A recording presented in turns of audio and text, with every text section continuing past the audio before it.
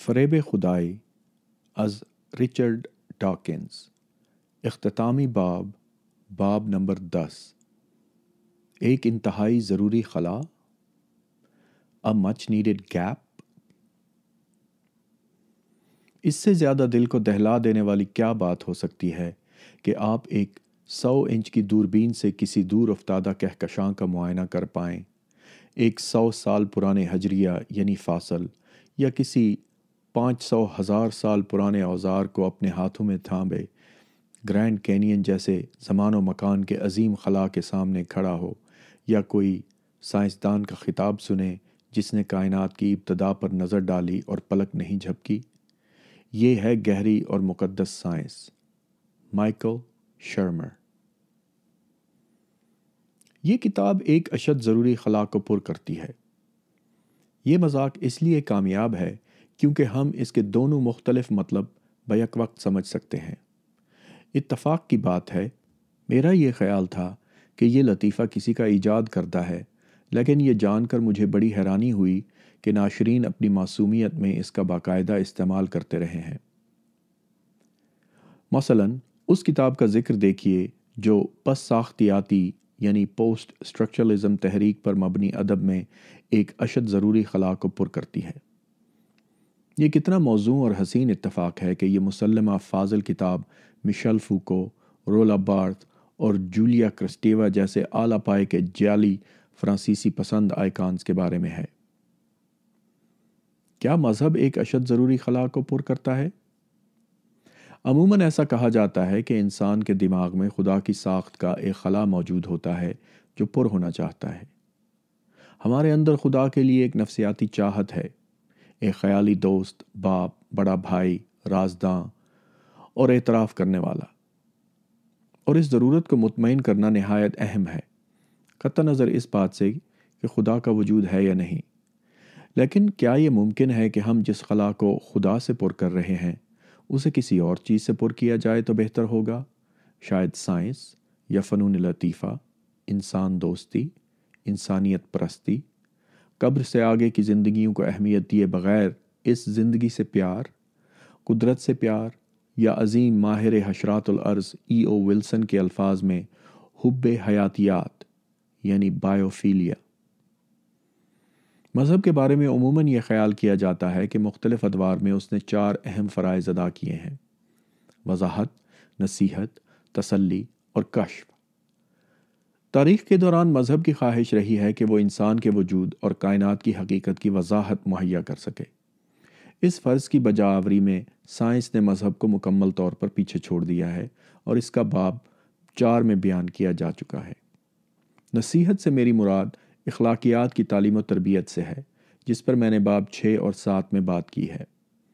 لیکن ابھی تک میں نے دلاسے اور کشف کے موضوعات کے ساتھ انصاف نہیں کیا، اور اس آخری باب میں مختصراً ان کے بارے میں چند باتیں کی جائیں گی. تسلی کے موضوع پر ابتدا میں بچپن میں خیالی دوست کے تجربے کا ذکر کرنا چاہتا ہوں جو مذہبی اعتقاد سے بہت قربت رکھتا ہے. بنکر. میرا خیال ہے کرسٹوفر روبن کا حقیقت میں ایسا خیال نہیں ہوگا کہ ونی دا پو اور پگلیٹ، جو کہ بچوں کی مشہور کہانی کے کردار ہیں، اس سے باتیں کرتے ہیں. لیکن کیا بنکر مختلف تھا؟ بنکر، جیسا میں نے اس کو نام دیا ہے، میرا راز ہے، اور بنکر ہی وجہ ہے کہ میں کبھی اکیلا نہیں پڑتا. کھیل کے کمرے میں کھیلتا ہوا کرسی پر بیٹھا میں جہاں بھی مصروف رہوں، بنکر وہیں ہوتا ہے. ارے ابا ہوشیار ہیں، بڑے ہوشیار قسم کے آدمی، اور اماں سے اچھا پوری دنیا میں کوئی نہیں. اور آیا تو آیا ہے جسے میں آیا ہی کہتا ہوں. لیکن یہ سب بنکر کو نہیں دیکھ سکتے.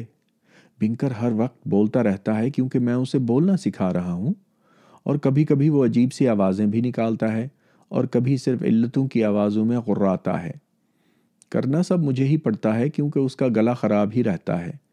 ارے ابا ہوشیار ہیں، بڑے ہوشیار قسم کے آدمی، اور اماں تو سب ہی کچھ جانتی ہیں. اور آیا تو آیا ہے جسے میں آیا ہی کہتا ہوں.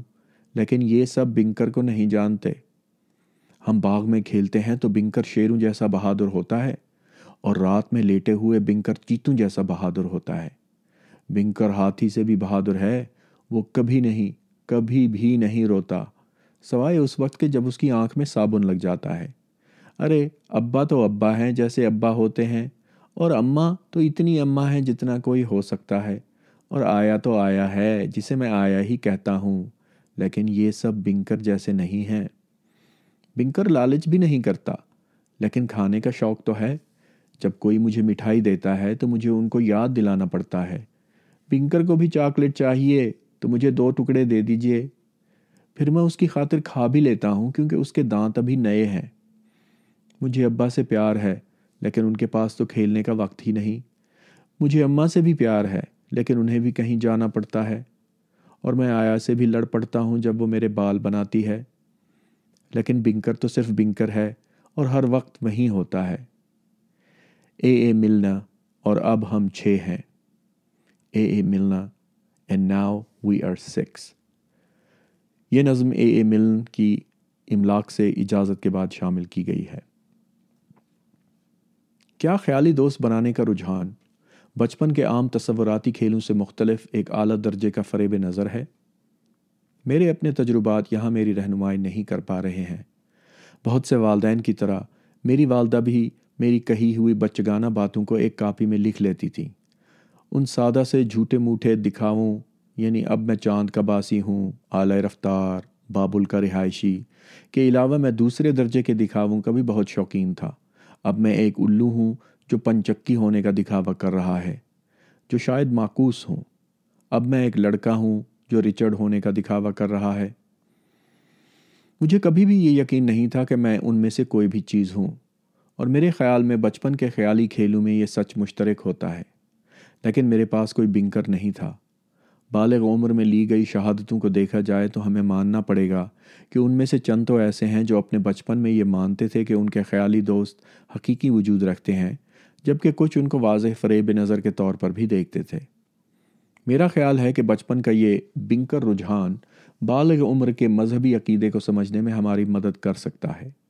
مجھے یہ تو معلوم نہیں کہ ماہرین نفسیات نے اس پر اس نقطۂ نظر سے تحقیق کی ہے یا نہیں، لیکن میرے خیال میں یہ تحقیق کے لیے ایک بہت عمدہ موضوع فراہم کر سکتا ہے۔ دوست اور رازدار عمر بھر کے لیے ایک بنکر، یقیناً یہ ایک ایسا فریضہ ہے جو خدا سر انجام دیتا ہے، ایک ایسا خلا جو خدا کے چلے جانے سے باقی رہ جائے گا۔ ایک اور بچی کے پاس جامنی رنگ کا بونا تھا جو اس کے لیے حقیقی وجود رکھتا تھا، اور جو ایک دم لطیف سی کھنک کے ساتھ چمکتے ہوئے اپنے آپ کو ہوا میں سے ظاہر کرتا تھا۔ وہ بڑی باقاعدگی سے بچی سے ملنے آتا تھا، خاص کر جب وہ اکیلا پن محسوس کرتی تھی۔ لیکن جیسے جیسے بچی بڑی ہوتی گئی، بونے کا آنا کم ہوتا گیا۔ سکول میں داخلے سے پہلے ایک دن وہ جامنی رنگ کا بونا بچی کے پاس اپنی مخصوص کھنکتی چمک کے ساتھ نمودار ہوا اور اسے بتایا کہ اب اسے ملنے نہیں آئے گا۔ بچی کچھ اداس ہو گئی، لیکن بونے نے اسے سمجھایا کہ اب وہ بڑی ہو گئی ہے اور مستقبل میں اسے بونے کی ضرورت نہیں رہے گی۔ اسے چلنا ہوگا کیونکہ اب اور بچے اس کی توجہ کے مستحق ہیں۔ جاتے جاتے اس نے وعدہ کیا کہ اگر کبھی واقعی بچی کو اس کی ضرورت پڑی تو وہ بخوشی آ جائے گا۔ بہت سال بعد وہ خواب میں ملنے آیا جب وہ بچی ایک ذاتی مشکل سے گزر رہی تھی اور اسے ایک اہم فیصلہ کرنے میں دشواری ہو رہی تھی۔ خوابگاہ کا دروازہ کھلا اور کتابوں کا ایک انبار نمودار ہوا جسے جامنی رنگ کا بونا دھکیل رہا تھا۔ اس نے خواب کی یہ تعبیر کی کہ اسے یونیورسٹی میں داخلہ لینا چاہیے۔ اس نے یہ صلاح قبول کر لی جو اس کے لیے فائدہ مند ثابت ہوئی۔ اس کہانی کو سن کر میں تھوڑا آبدیدہ ہونے لگتا ہوں اور لوگوں کی زندگیوں میں خیالی دوستوں کے دلاسے اور مشاورت فراہم کرنے کے کردار کی سمجھ کے جتنے قریب پہنچ سکتا ہوں پہنچ جاتا ہوں۔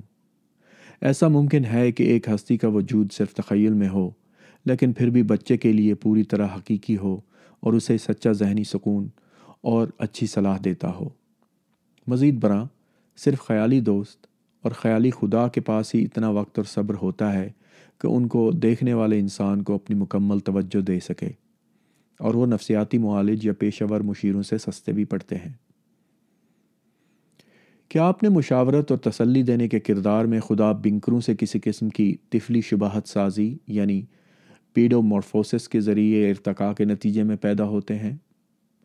دور بلوغت میں بچگانہ خصوصیات کے باقی بچ جانے کے عمل کو نفسیات کی زبان میں طفلی شباہت سازی کہا جا سکتا ہے۔ پیکنیز کتوں کی شکلیں طفلی شباہت رکھتی ہیں، بالغ کتوں کی شکلیں بھی بچوں جیسی ہی ہوتی ہیں۔ عمل ارتقاء میں یہ ایک معروف نمونہ ہے اور بڑھے ہوئے ماتھے اور کھنچے ہوئے جبڑے جیسی انسانی خصوصیات کی افزائش کے لیے اس کی اہمیت کو تسلیم کیا جاتا ہے۔ ماہرین ارتقاء نے ہمیں بھی نابالغ بندر سے مشابہ قرار دیا ہے، اور یہ واقعی سچ ہے کہ اپنی بالغ حالت کے مقابلے میں نابالغ بنمانس یا گوریلے انسان سے زیادہ مشابہت رکھتے ہیں۔ کیا مذہب کا ارتقاء بھی ایسے ہی کسی عمل کے نتیجے میں ہوا ہوگا، جہاں اس لمحے کو کہ جب بچے اپنے اپنے بنکر کو چھوڑ دیتے ہیں بتدریج نسلوں پر محیط وقفے تک ملتوی رکھا گیا؟ جیسے ارتقاء کے دوران ہمارے ماتھے ابھر گئے تھے اور جبڑے چھوٹے ہو گئے تھے۔ میرا خیال ہے منطق کو مکمل کرنے کے لیے ہمیں الٹ امکان کو بھی مد نظر رکھنا چاہیے۔ بجائے یہ فرض کرنے کے کہ خدا قدیم بنکر سے پیدا ہوئے ہوں گے، کیا ہم یہ بھی سوچ سکتے ہیں کہ بنکر عمل ارتقاء کے نتیجے میں قدیم خداؤں سے پیدا ہوئے ہوں گے؟ مجھے اس کا بہت کم امکان نظر آتا ہے۔ یہ خیال مجھے امریکی ماہر نفسیات جولین جینز کی کتاب دو مجلسی ذہن کے فطور کے نتیجے میں شعور کی ابتدا یا the origin of consciousness and the break down of the bicameral mind پڑھنے کے بعد آیا، جو اپنے نام کی طرح ایک عجیب و غریب کتاب ہے۔ یہ ان کتابوں میں سے ہے جو یا تو مکمل بکواس ہوتی ہیں یا دانش کا ایک اعلیٰ نمونہ ہوتی ہیں، لیکن درمیان میں نہیں۔ اور شاید یہ اول ذکر ہی ہے، لیکن میں اپنے آپ کو غلط فیصلے سے محفوظ رکھنا چاہتا ہوں۔ جینز کا مشاہدہ ہے کہ اکثر لوگ اپنے خیالات کا ادراک اپنی خودی اور ایک مزید داخلی کردار کے درمیان ایک مکالمے کی صورت میں کرتے ہیں۔ آج کے دور میں ہم یہ بات سمجھ چکے ہیں کہ یہ دونوں آوازیں ہماری اپنی ہی ہیں، اور جو ایسا نہیں سمجھ پاتے انہیں دماغی مریض سمجھا جاتا ہے۔ ایک قلیل عرصے کے لیے ایولن واہ کے ساتھ بھی ایسی ہی واردات ہوئی اور وہ چند دن ذہنی مریض رہا۔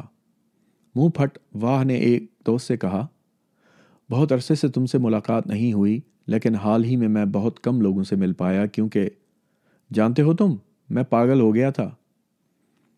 صحت یابی کے بعد واہ نے ایک ناول لکھا، گلبرٹ پنفولڈ کی آزمائش یا دی اورڈیل آف گلبرٹ پنفولڈ، جس میں اس نے اپنی ہذیانی کیفیت یا ہیلوسینیشن اور دماغ میں سنائی دینے والی آوازوں کی منظر کشی کی ہے۔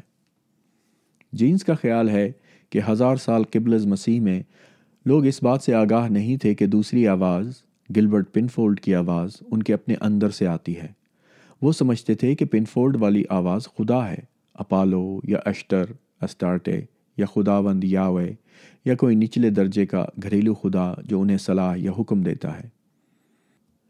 جینز نے یہ نشاندہی بھی کی کہ ان خداؤں کی آماج گاہ دماغ کے اس نصف کرہ میں سے نہیں جہاں سے قابل سماعت آواز کی ہدایات جاری ہوتی ہیں، بلکہ اس کے الٹ والا کرہ ہے۔ دو دیوان ذہن کا فطور جینز کی نظر میں ایک تاریخی تبدیلی تھا۔ یہ وہ لمحہ تھا جب لوگوں پر یہ حقیقت آشکار ہوئی کہ بیرونی لگنے والی یہ آوازیں اصل میں ان کے اندر سے ہی آ رہی تھیں۔ جینز تو اس حد تک جاتا ہے کہ وہ اس تبدیلی کو انسانی شعور کی بیداری گردانتا ہے۔ خالق خدا پتاہ کے بارے میں ایک قدیم مصری عبارت میں دیگر تمام خداؤں کو پتاہ کی زبان یا آواز کی مختلف صورتوں کے طور پر بیان کیا گیا ہے۔ جدید تراجم لغوی آواز والے معنی ترک کرتے ہوئے دیگر خداؤں کو تشریحاً پتاہ کے ذہن کے مجسم تصور کے طور پر بیان کرتے ہیں۔ جینز ایسی تعلیم یافتہ تشریحات کو نظر انداز کرتے ہوئے لغوی معنی کو ترجیح دیتا ہے۔ یہ خدا حالت ہذیان میں سنی گئی آوازیں تھے جو انسانوں کے ذہنوں کے اندر بول رہے تھے۔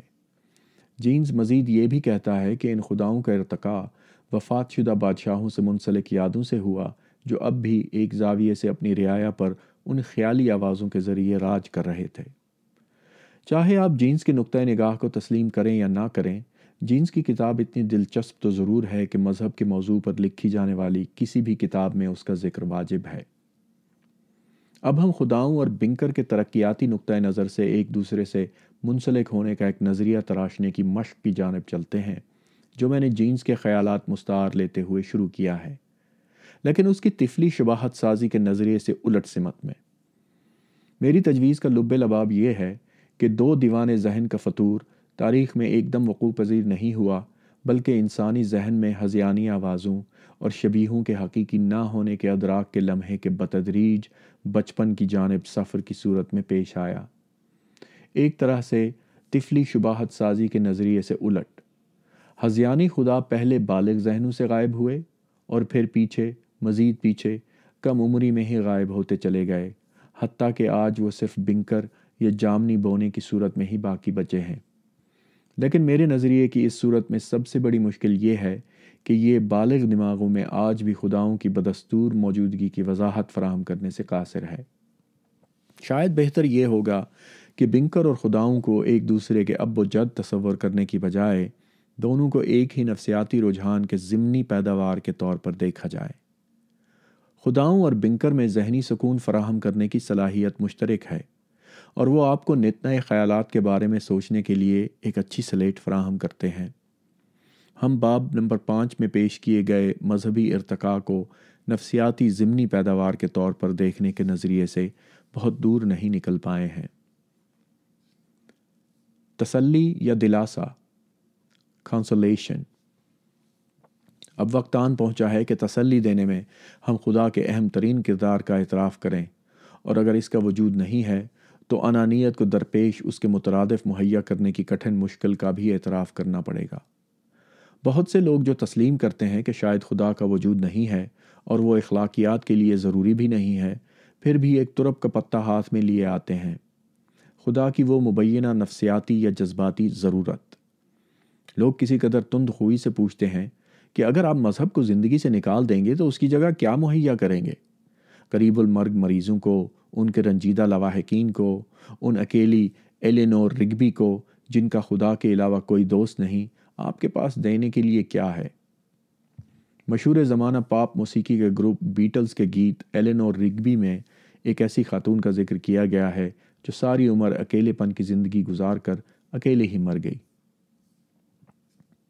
اس سوال کے جواب میں کہنے والی پہلی بات تو یہ ہے کہ اس کے کہنے کی ضرورت بھی نہیں ہونی چاہیے۔ مذہب کے دلاسا دینے کی قابلیت اس کو سچ ثابت نہیں کر دیتی۔ اگر ہم ایک ہی بہت بڑی رعایت کر بھی دیں اور یہ حتمی طور پر ثابت ہو بھی جائے کہ خدا میں یقین انسان کی نفسیاتی اور جذباتی صحت کے لیے ناگزیر ہے، اگر تمام دہریے نا امید قسم کے خلل اعصاب کے مریض ہوتے جو کل کائنات پر غصے کی وجہ سے خودکشی کی طرف گامزن ہوتے، تب بھی یہ تمام ریت کے ذرے کے برابر بھی اس کا ثبوت نہ ہوتا کہ مذہبی عقیدہ سچ ہے۔ شاید یہ خود کو خدا کے وجود کے بارے میں قائل کرنے کی خواہش کے حق میں ثبوت کے طور پر پیش کیا جا سکتا ہے، خواہ خدا کا وجود ہو یا نہ ہو۔ جیسا کہ میں پہلے بھی ذکر کر چکا ہوں، طلسم ٹوٹتا ہے یا بریکنگ دا اسپیل میں ڈینیل ڈینٹ خدا پر عقیدہ رکھنے اور عقیدے میں یقین رکھنے کے درمیان فرق بیان کرتا ہے۔ یہ عقیدہ کہ کسی عقیدے پر یقین کرنا مرغوب ہے، اگرچہ وہ عقیدہ جھوٹ بھی ہو۔ اے مالک، میں یقین کرتا ہوں، میری بے یقینی کو یقین میں بدل دے۔ مارک 9:24۔ ایمان والوں کو ترغیب دی جاتی ہے کہ وہ عقیدے کا دعویٰ ضرور کریں، خواہ وہ اس کے قائل ہوں یا نہ ہوں۔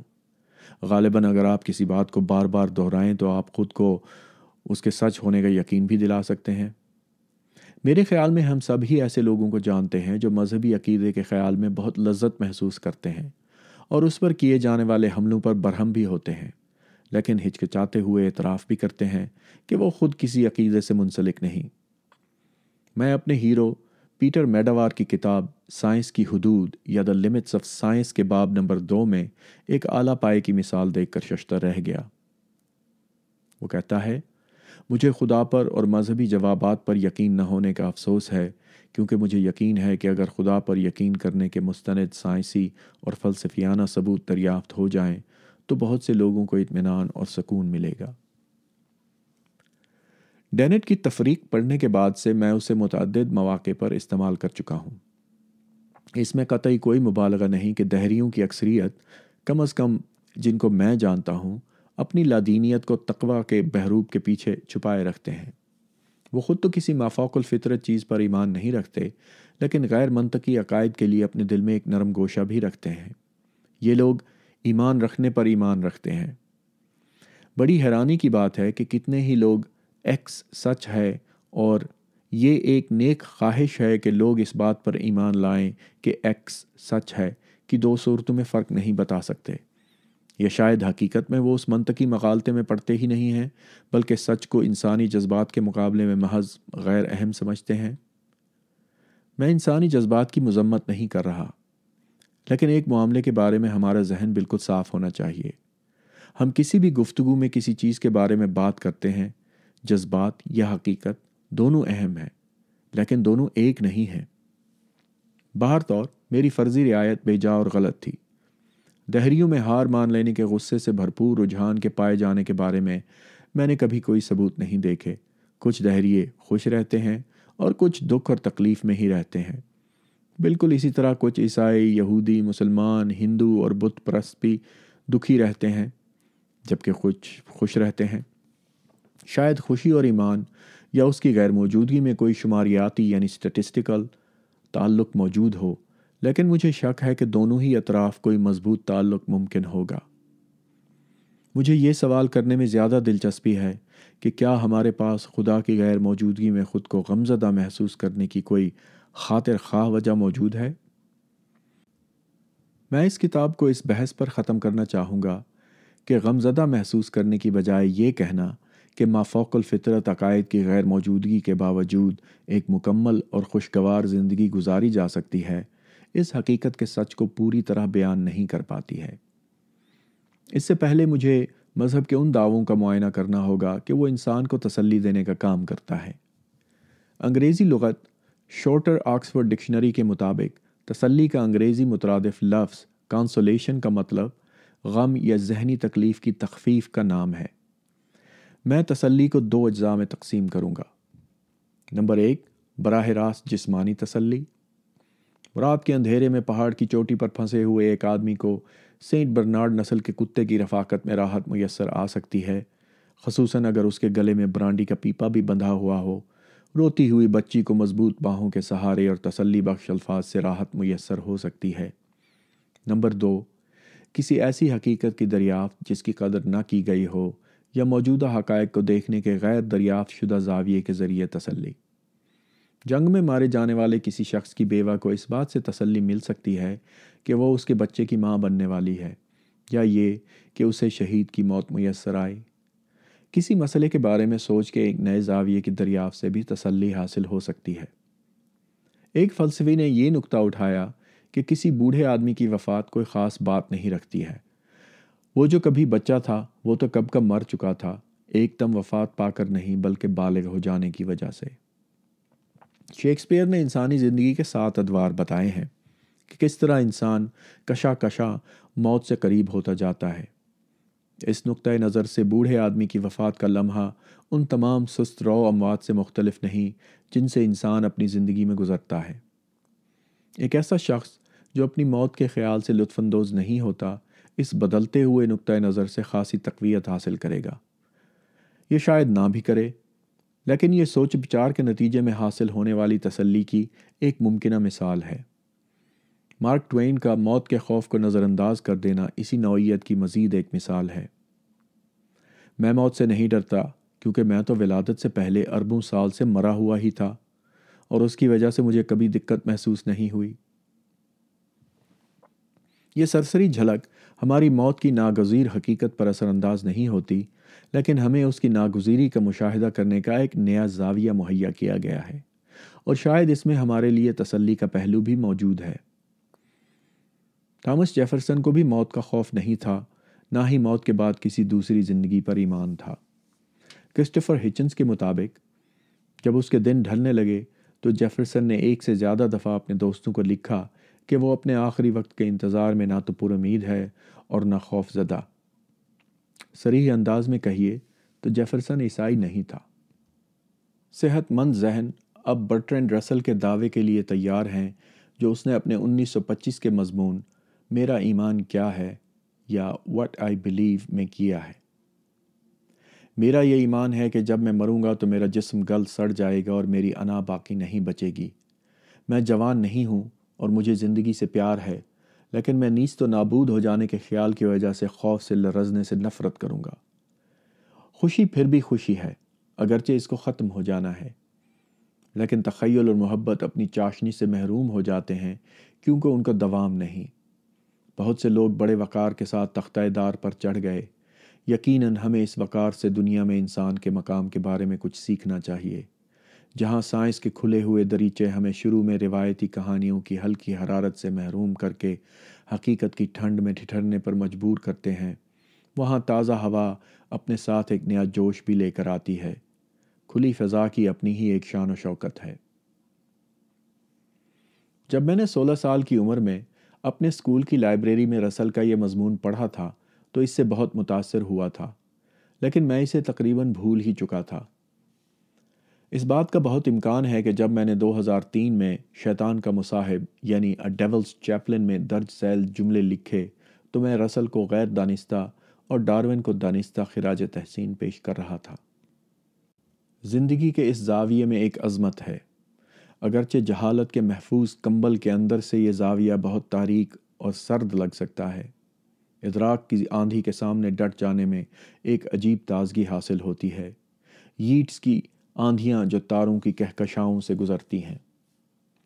دونوں طرح کی تسلیاں دینے میں سائنس کے مقابلے میں مذہب کی کارکردگی کیسی ہے؟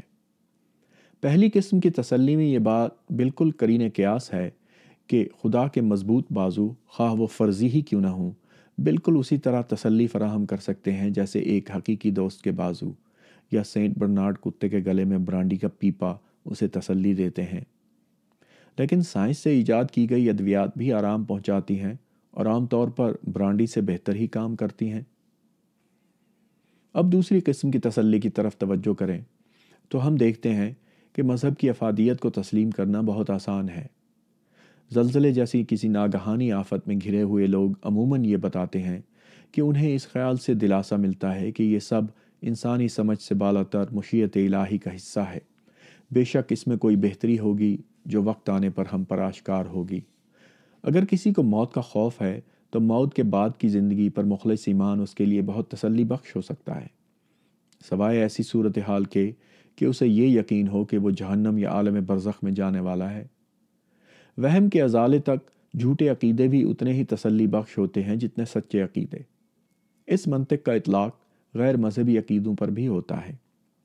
ڈاکٹر جان لیوا کینسر میں مبتلا مریض سے اس کی صحت یابی کے بارے میں جھوٹ بول کر اس مریض کو اتنا ہی سکون پہنچا سکتا ہے جتنا کسی ایسے مریض کے ساتھ سچ بولنے سے پہنچتا ہے جو مہلک بیماری میں مبتلا نہیں ہے۔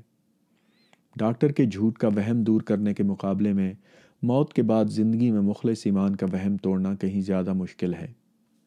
ڈاکٹر کا جھوٹ اس وقت تک برقرار رہ سکتا ہے جب تک بیماری کی علامات واضح نہیں ہو جاتی، لیکن موت کے بعد زندگی میں ایمان رکھنے والے کے وہم کا ازالہ ممکن ہی نہیں ہے۔ رائے شماری سے پتہ چلتا ہے کہ امریکہ کی تقریباً 95% آبادی اس بات پر یقین رکھتی ہے کہ وہ دنیاوی موت کے بعد بھی زندہ رہیں گے۔ میرے لیے یہ ایک معمہ ہے کہ شہادت کے خواہش مند حضرات کو چھوڑ کر ایسے عقیدے کا اظہار کرنے والے کتنے معتدل مذہبی لوگ ہوں گے جو اپنے دل میں اس پر کامل یقین بھی رکھتے ہوں گے۔ اگر وہ مخلص ہیں تو کیا ان سب کو ایمپل فورتھ کی خانقاہ کے راہب کی طرح پیش نہیں آنا چاہیے؟ جب پادری اعظم بیسل ہیوم نے اسے اپنے بارے میں بتایا کہ وہ مر رہا ہے تو راہب کی خوشی کی انتہا نہ رہی۔ مبارک ہو، یہ تو بڑی زبردست خبر ہے، کاش میں بھی آپ کے ساتھ چل سکتا۔ ایسا لگتا ہے کہ راہب واقعی ایک مخلص عقیدت مند تھا۔ یہ کہانی ہماری توجہ کا مرکز اس لیے بن جاتی ہے کہ یہ ایک نایاب اور غیر متوقع رد عمل پر مشتمل ہے اور شاید ہمیں محظوظ بھی کرتی ہے۔ ایک طرح سے اس خاکے کی یاد دلاتی ہے جس میں ایک برہنہ خاتون ایک علم اٹھائے ہوئے ہے جس پر لکھا ہے پیار کرو جنگ نہیں، اور ایک راہگیر کہہ رہا ہے اس کو کہتے ہیں سچا اخلاص۔ سارے عیسائی اور مسلمان اپنے کسی عزیز کی وفات کے بارے میں سننے کے بعد ایسا ہی کچھ کیوں نہیں کہتے جیسے خانقاہ کے راہب نے کہا تھا؟ جب ایک ڈاکٹر ایک متقی عورت کو یہ بتاتا ہے کہ اس کی زندگی میں چند مہینے ہی باقی رہ گئے ہیں تو وہ خوشی سے پھولے کیوں نہیں سماتی جیسے وہ سیشلز میں چھٹیاں گزارنے جا رہی ہو؟ مجھ سے تو انتظار ہی نہیں ہو رہا۔ اس کے پاس بیٹھے ہوئے عقیدت مند ملاقاتی اسے گزرے ہوئے لوگوں تک پہنچانے کے لیے پیغامات کیوں نہیں دیتے؟ چچا رابرٹ کو میری طرف سے بہت سارا پیار دینا۔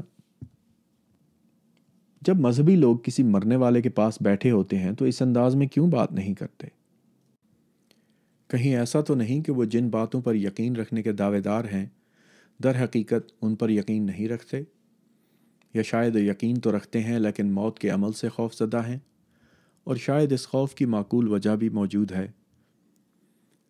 دنیا میں ہماری جنس وہ واحد جنس ہے جسے اس بات کی اجازت نہیں کہ وہ اپنی تکلیف سے چھٹکارا حاصل کرنے کے لیے کسی ڈاکٹر کے پاس جا کر ہمیشہ کی نیند کی درخواست کر سکے۔ لیکن اس صورت میں سہل مرگی یا یوتھنیزیا اور امدادی خودکشی یا اسسٹڈ سوئسائڈ کی سب سے زیادہ مخالفت مذہبی لوگوں کی طرف سے ہی کیوں ہوتی ہے؟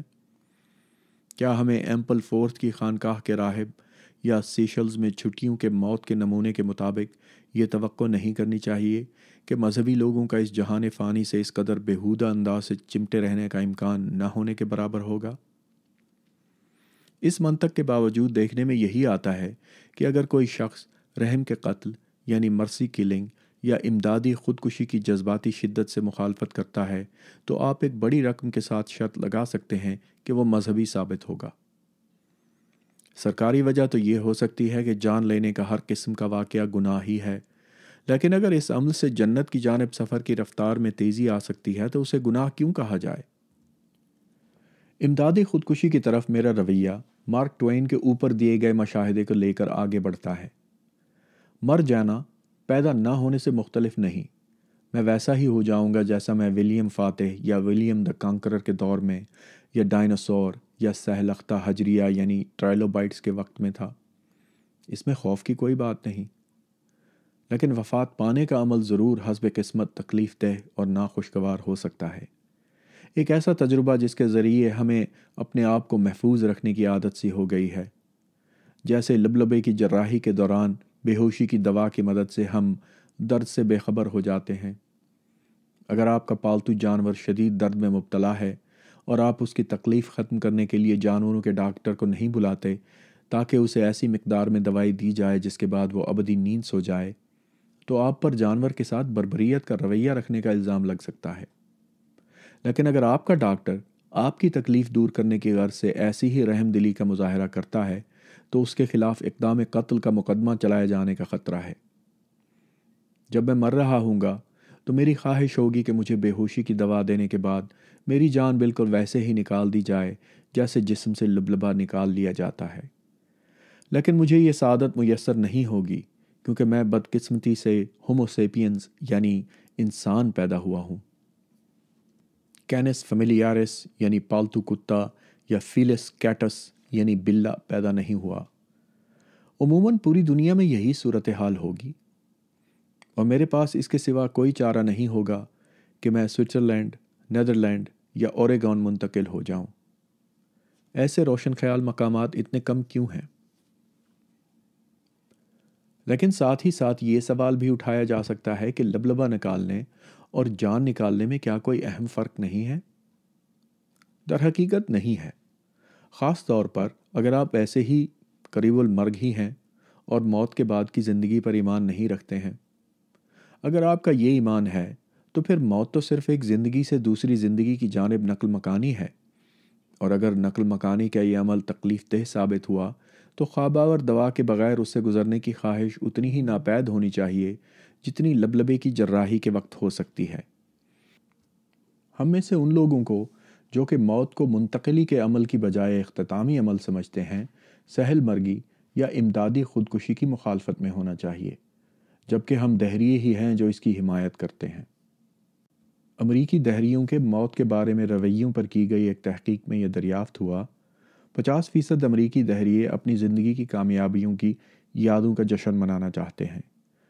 99% ان لوگوں کے لیے امدادی خودکشی کی حمایت کرتے ہیں جو اس کی درخواست کریں، اور 75% اسے اپنے لیے بھی پسند کرتے ہیں۔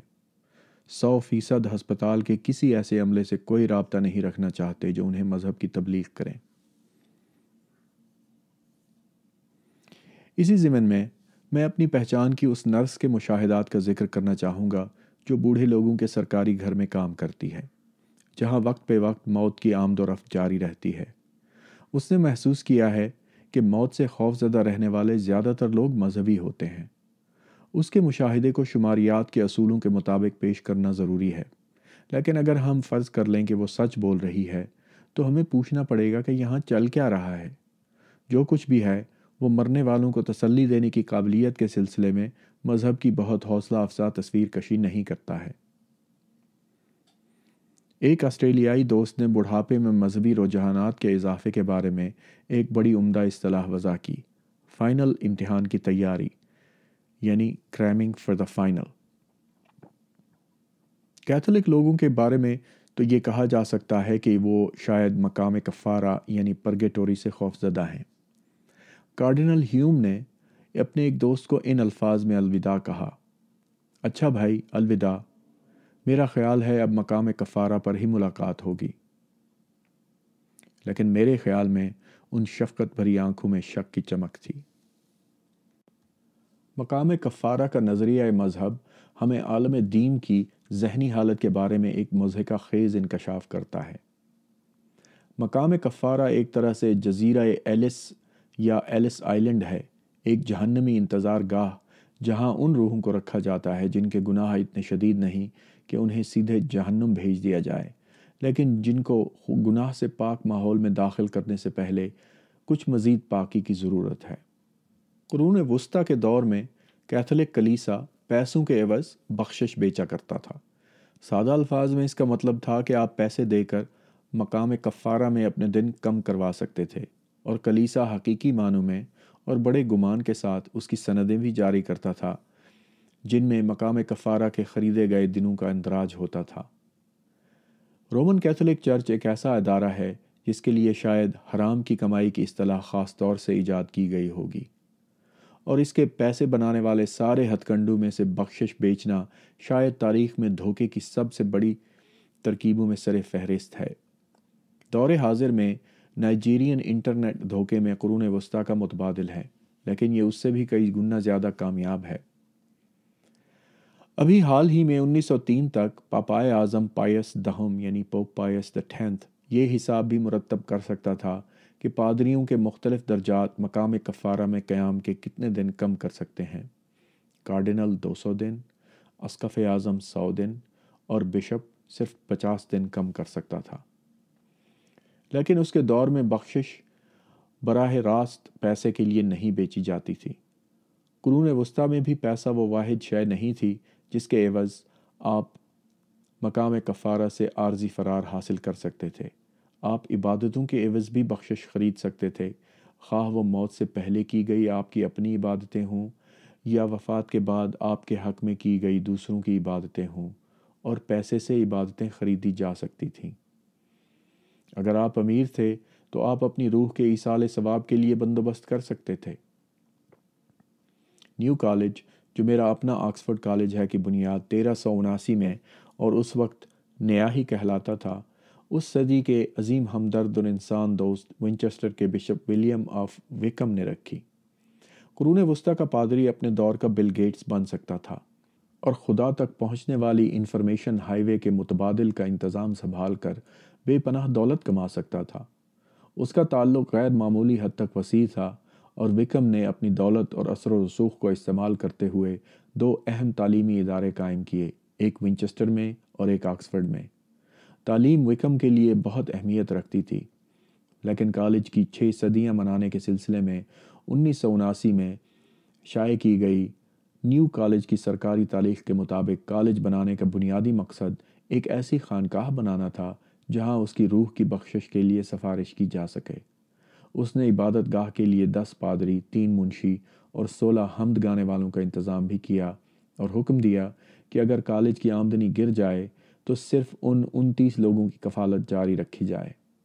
وکم نے نیو کالج کی باغ ڈور ایک انجمن یعنی فیلوشپ کے ہاتھ میں سونپ دی، جو کہ خود سے منتخب ہونے والا ایک ادارہ ہے اور 600 سال سے زائد عرصے سے بدستور قائم ہے۔ غالباً اس کی خواہش تھی کہ ہم صدیوں تک اس کی روح کے لیے دعائیں مانگتے رہیں۔ آج کل کالج میں صرف ایک پادری ہے اور کوئی منشی نہیں، اور وکم کے لیے صدیوں تک روزانہ کی جانے والی دعائیں بھی کم ہو کر اب صرف سال میں 2 تقریبات تک محدود ہو کر رہ گئی ہیں۔ صرف حمد گانے والے ترقی پہ ترقی کرتے رہے ہیں، اور ان کی موسیقی واقعی جادوئی ہے۔ اس انجمن کے رکن ہونے کے ناطے مجھے خفیف سا احساس جرم محسوس ہوتا ہے کہ میں نے ان کے اعتماد کو ٹھیس پہنچائی ہے، اور اپنے دور کے نقطۂ نظر سے وکم آج کے دور کے کسی امیر آدمی کی طرح ہے جو تبرید یعنی کرائیوجینکس کی کسی کمپنی کو ایک بہت بڑی رقم دیتا ہے تاکہ اس کے جسم کو منجمد کر کے مستقبل کے زلزلوں، خانہ جنگی، جوہری جنگوں اور دیگر حادثات سے محفوظ رکھا جائے، جب تک طبی سائنس اس حد تک ترقی نہ کر لے کہ اسے پگھلا کر اس کی بیماری کا علاج کیا جا سکے۔ کیا ہم جیسے انجمن کے رکن فی زمانہ کالج کے بانی کے ساتھ کیے گئے معاہدے کی خلاف ورزی تو نہیں کر رہے؟ اگر ایسا ہے تو ہم بڑے اچھے ماحول میں ہیں۔ قرون وسطیٰ کے سینکڑوں محسن اس بھروسے میں ہی فوت ہو گئے کہ ان کے جانشین ان کے مقام کفارہ کے قیام کے دوران ان کے لیے عبادت کرتے رہیں گے۔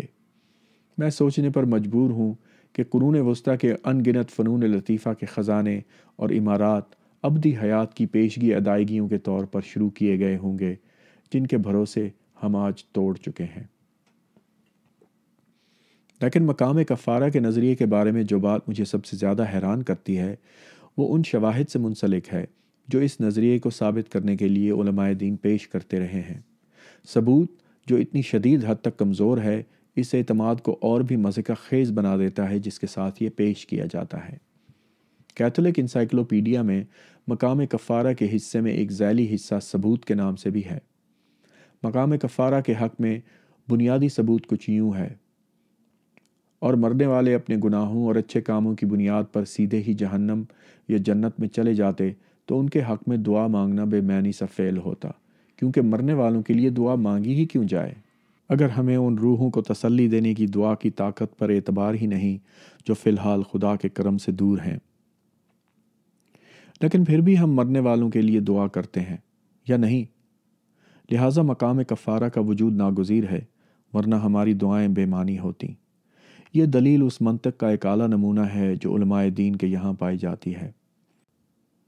اس لاجواب غیر استخراج یعنی نان سیکویٹر کا عکس ہمیں ایک اور جگہ تسلی کی دلیل میں بہت بڑے پیمانے پر دیکھنے کو ملتا ہے۔ دلیل کچھ اس طرح بنائی جاتی ہے: یقیناً خدا ہوگا، کیونکہ اگر وہ نہ ہوتا تو یہ زندگی کھوکھلی، بے معنی اور بے مقصد ہوتی۔ بے معنی پن اور غیر اہمیت کا ایک بیابان ہمیں یہ دکھانا بھی کیوں ضروری ہو کہ یہ منطق اپنے پہلے در پر ہی لڑھک جاتی ہے۔ شاید زندگی کھوکھلی ہی ہے، شاید مرنے والوں کے لیے ہماری دعائیں بے مقصد ہی ہیں۔ اس کے برعکس قیاس کرنا اس نتیجے کو ہی سچ فرض کر لینے کے مترادف ہے جس سچ کے لیے ہم ثبوت پیش کرنے کی کوشش کر رہے ہیں۔ یہ مبینہ قیاس مطلق شفاف حد تک دائرہ نما یعنی سرکولر ہے۔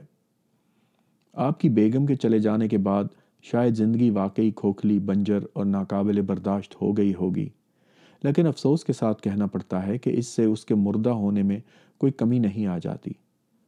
اس مفروضے میں بچپنا جھلکتا ہے کہ کوئی اور، بچوں کے سلسلے میں والدین اور بالغوں کے سلسلے میں خدا کی ذمہ داری ہے کہ وہ آپ کی زندگی کو وجہ یا مقصد فراہم کرے۔ یہ ان لوگوں کا بچپنا ہے کہ پیر میں موچ آتے ہی فوراً ادھر ادھر نظر دوڑاتے ہیں کہ کوئی نظر آ جائے جس پر مقدمہ دائر کیا جا سکے۔ میری صحت مندی کی ذمہ داری کسی اور کے کندھوں پر ہے اور میری تکلیف کا ذمہ دار بھی کوئی اور ہے۔ کیا یہ کوئی دوسری نوعیت کا بچپنا ہے جو خدا کی ضرورت کے پیچھے کار فرما ہے؟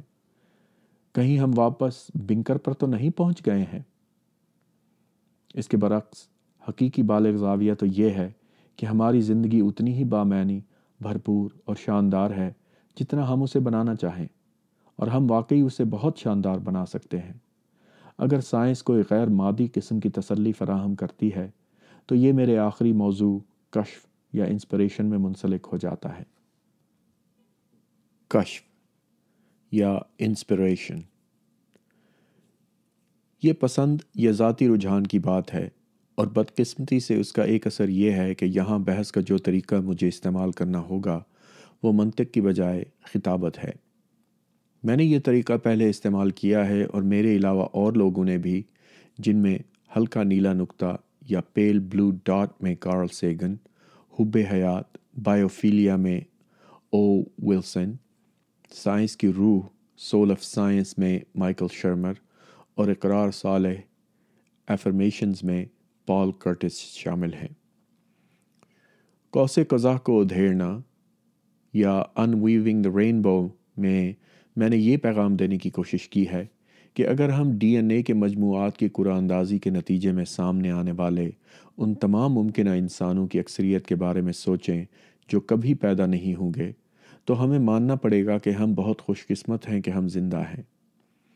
ہم جیسے خوش قسمت لوگوں کے لیے میں نے زندگی کی محدود مدت کا تصور لیزر کی ایک شعاع کی صورت میں بیان کیا جو وقت کے عظیم الشان پیمانے پر چل رہی ہے۔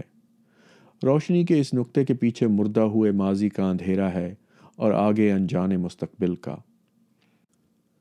ہم ناقابل بیان حد تک خوش قسمت ہیں کہ ہم اپنے آپ کو روشنی کے اس ایک نقطے میں پاتے ہیں۔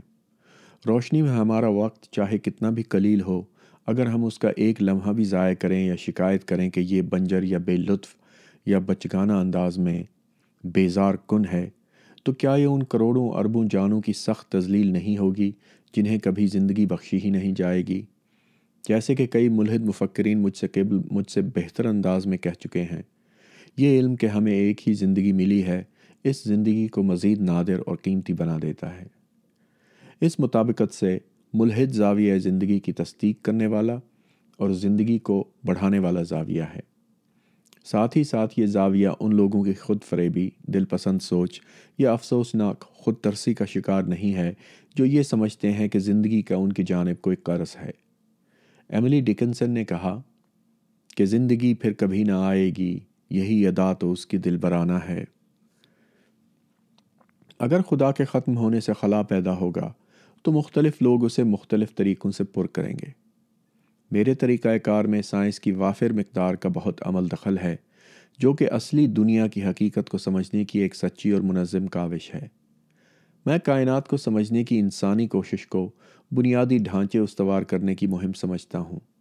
ہم سب اپنے اپنے انداز میں دنیا کا ایک ذہنی تصور تعمیر کرتے ہیں جس میں ہم اپنے آپ کو پاتے ہیں۔ دنیا کا قلیل ترین تصور وہ ہے جو ہمارے ماضی بعید کے آباء و اجداد اس میں اپنی بقا کو یقینی بنانے کے لیے استعمال کرتے تھے۔ اس سیمیولیشن سافٹ ویئر کی تعمیر اور اصلاح قدرتی انتخاب کے ذریعے ہوئی تھی، اور افریقی جنگل کی دنیا سے مانوس ہمارے آباء و اجداد کے لیے بنائی گئی یہ سافٹ ویئر نہایت مہارت رکھتی ہے۔ درمیانی جسامت والی مادی اشیاء کی ایک سہ ابعادی 3 ڈیمینشنل دنیا جس میں یہ اشیاء ایک دوسرے کے مقابلے میں متوسط رفتار سے چلتی ہیں، ایک غیر متوقع انعام کے طور پر ہمارے دماغوں میں اتنی طاقت ہے کہ اس درمیانی افادیت کے تصور سے کہیں زیادہ پیچیدہ تصور بنانے کی قابلیت رکھتے ہیں۔ فنون اور سائنس اس قابلیت کے اہم مظہر ہیں۔ سائنسی ذہن کو آزاد کرنے اور نفسیات کو مطمئن کرنے کی طاقت کا بیان کرنے کی غرض سے میں ایک آخری منظر دکھانا چاہتا ہوں۔ تمام برقعوں کی ماں، the mother of all burqas۔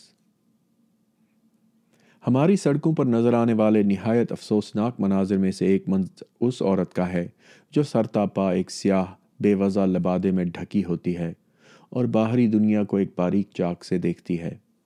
برقع محض عورتوں کے استحصال کا ایک ہتھیار اور ان کی خوبصورتی اور آزادی پر کیے جانے والے خانقاہی جبر کا ذریعہ نہیں ہے، اور نہ صرف شدت آمیز مردانہ ظلم اور سہمی ہوئی عورت کی فرما برداری کا نشان ہے۔ میں اس کے باریک چاک کو کسی اور چیز کی علامت کے طور پر استعمال کرنا چاہتا ہوں۔ ہماری آنکھیں دنیا کو برقی مقناطیسی طیف یا الیکٹرو میگنیٹک اسپیکٹرم کے ایک باریک چاک کے ذریعے دیکھتی ہیں۔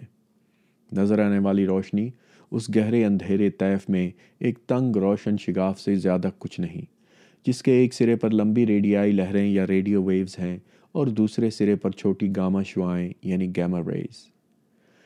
یہ شگاف کتنا تنگ ہے اس کا ادراک محال ہے اور وضاحت نہایت مشکل۔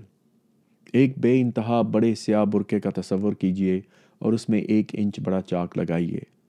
اگر چاک کے اوپر کا کپڑا پوشیدہ طیف کی چھوٹی لہروں والے سرے کی نمائندگی کرتا ہے اور چاک کے نیچے کا کپڑا پوشیدہ طیف کے لمبی لہروں والے حصے کی نمائندگی کرتا ہے، تو برقع کتنا لمبا ہو کہ نظر آنے والا طیف 1 انچ کے مترادف ہو۔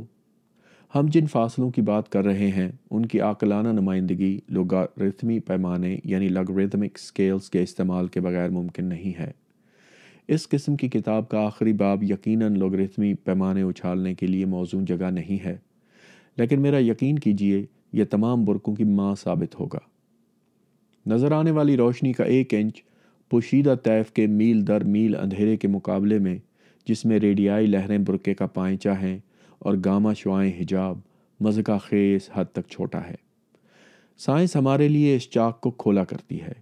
چاک اتنا چوڑا ہو جاتا ہے کہ کالا غلاف مکمل طور پر گر جاتا ہے اور ہمارے حواس کو نشاط آور آزادی سے ہمکنار کرتا ہے۔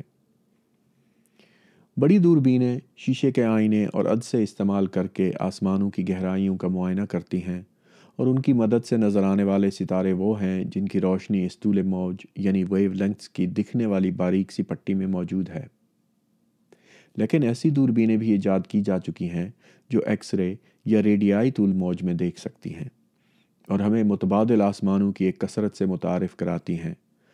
قدرے چھوٹے پیمانے پر کیمرے پر مخصوص مقطر یعنی فلٹر لگانے سے طیف کے بالائی بنفشی الٹرا وائلٹ حصے میں دیکھا جا سکتا ہے، اور پھولوں کی ایسی تصاویر لی جا سکتی ہیں جن میں ایسی دھاریاں اور نقطے نظر آتے ہیں جو انسان کی آنکھ سے اوجھل ہیں لیکن حشرات کو نظر آتے ہیں اور شاید انہیں راغب کرنے کے لیے ہی ترتیب دیے گئے ہیں۔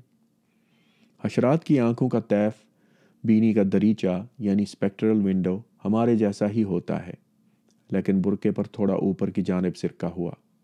حشرات لال رنگ نہیں دیکھ سکتے، لیکن بالائی بنفشی حصے میں ہمارے مقابلے میں زیادہ دور تک دیکھ سکتے ہیں۔ بالائی بنفشی باغ میں نے رائل انسٹیٹیوشن میں کرسمس پر جو 5 خطبات دیے ان میں سے ایک کا نام بالائی بنفشی باغ تھا۔ BBC نے یہ خطبات کائنات میں پرورش پانا یا growing up in the universe کے نام سے نشر کیے تھے۔ آپ ان خطبات کی DVD کے لیے www.richarddawkins.net/home پر جا کر درخواست دے سکتے ہیں۔ روشنی کے تنگ دریچے کا استعارہ شاندار حد تک چوڑے کیف میں پھیلتا ہوا سائنس کے دوسرے حصوں میں بھی ہماری رہنمائی کر سکتا ہے۔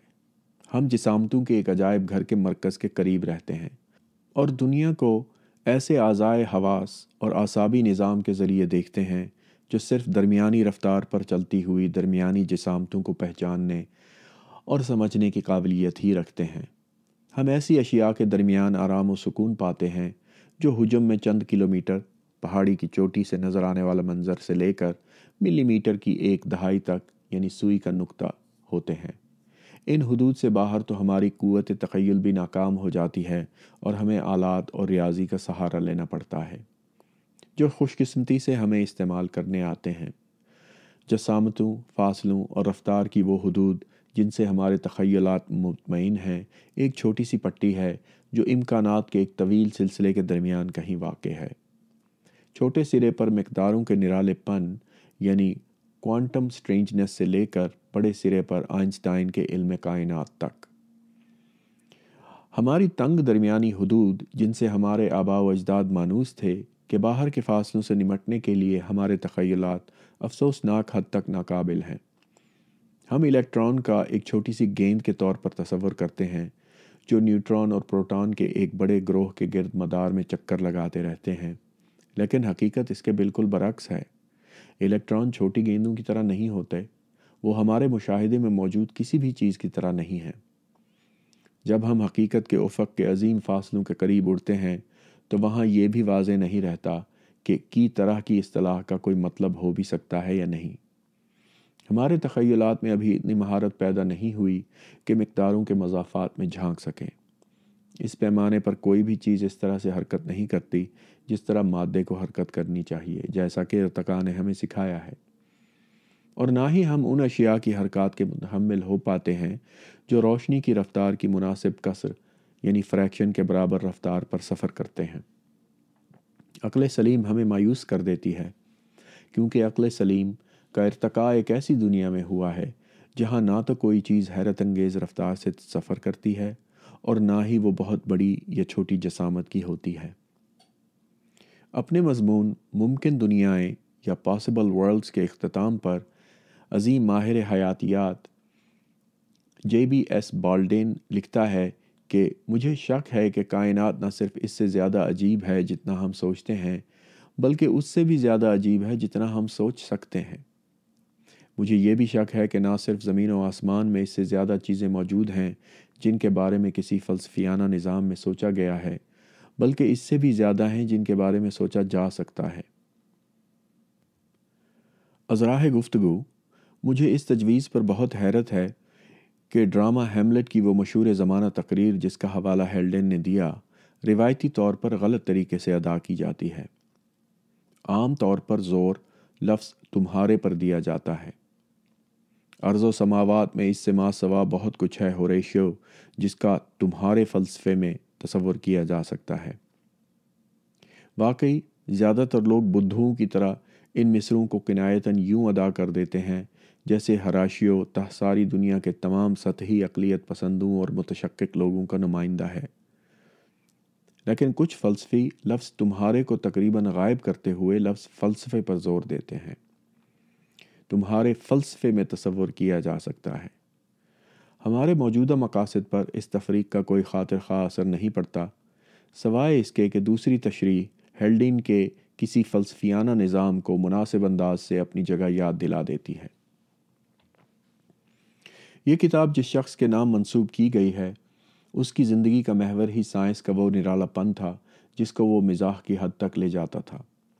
ذیل میں درج جملے بھی اسی فی البدیہہ تقریر سے ماخوذ ہیں جو اس نے 1988 میں کیمبرج میں کی تھی۔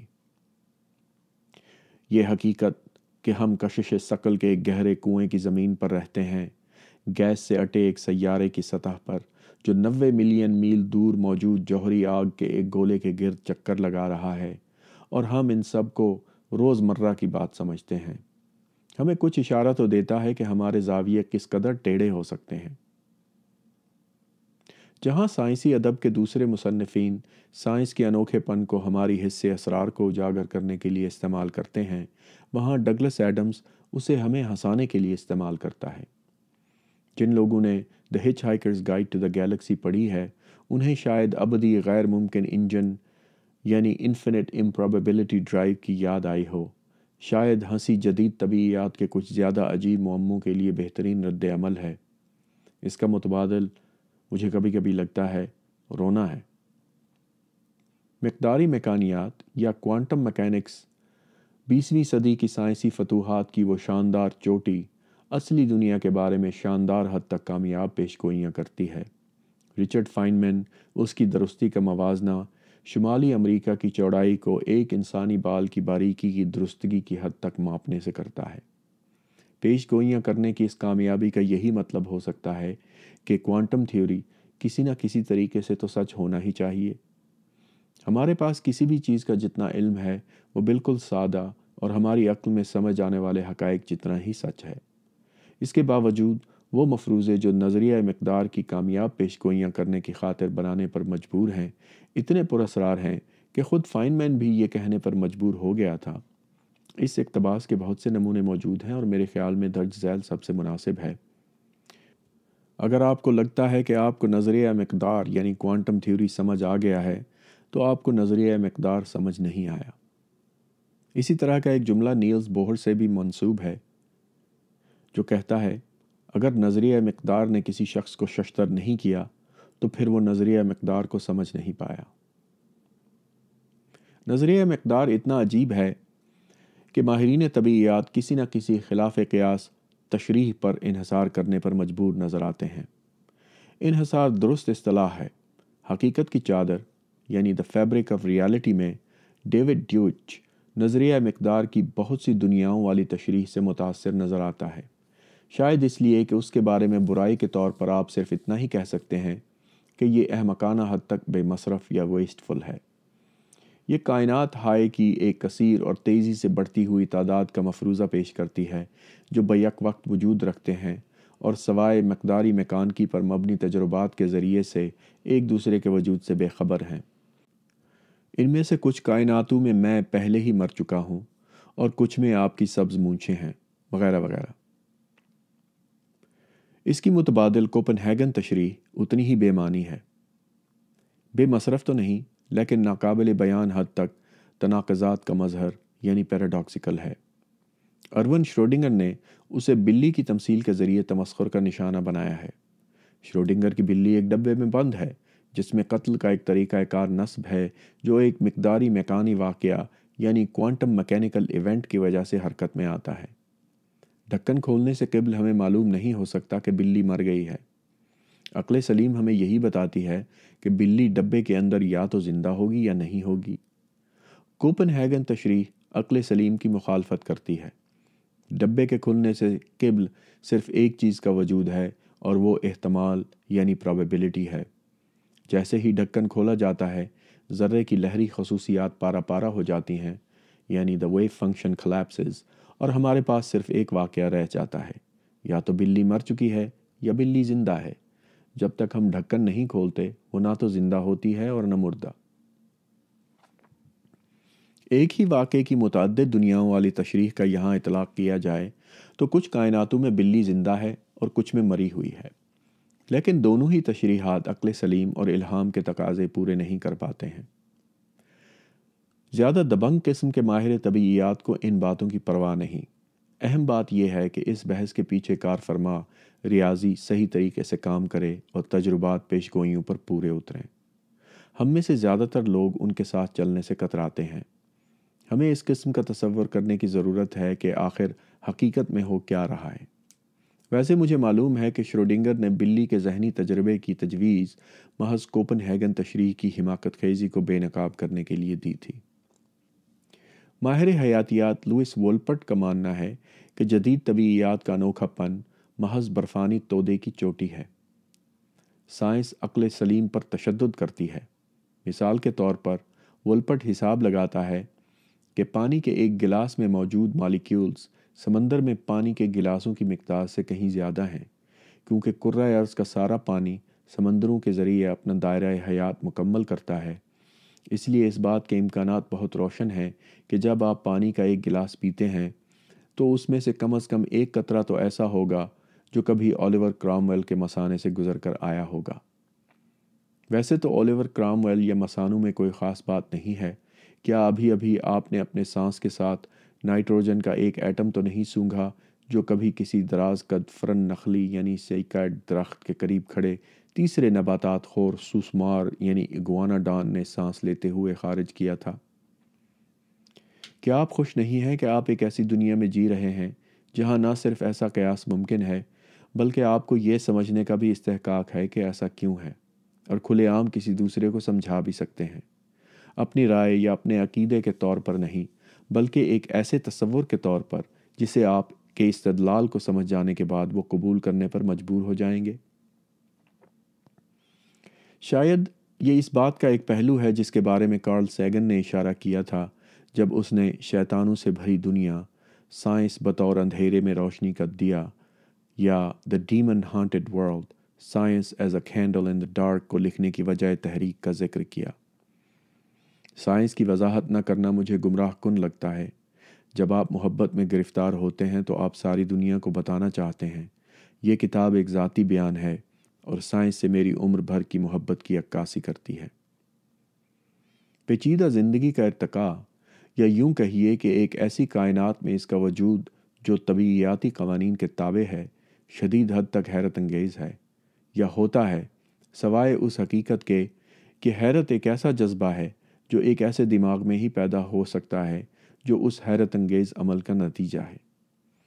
ایک بشری زاویہ ایسا بھی ہے جس کے مطابق ہمارا وجود بھی حیرت انگیز نہیں ہونا چاہیے، لیکن میرے خیال میں جب میں یہ کہتا ہوں کہ یہ عمل ناقابل بیان حد تک حیرت انگیز ہے تو میں تمام انسانیت کی نمائندگی کر رہا ہوں۔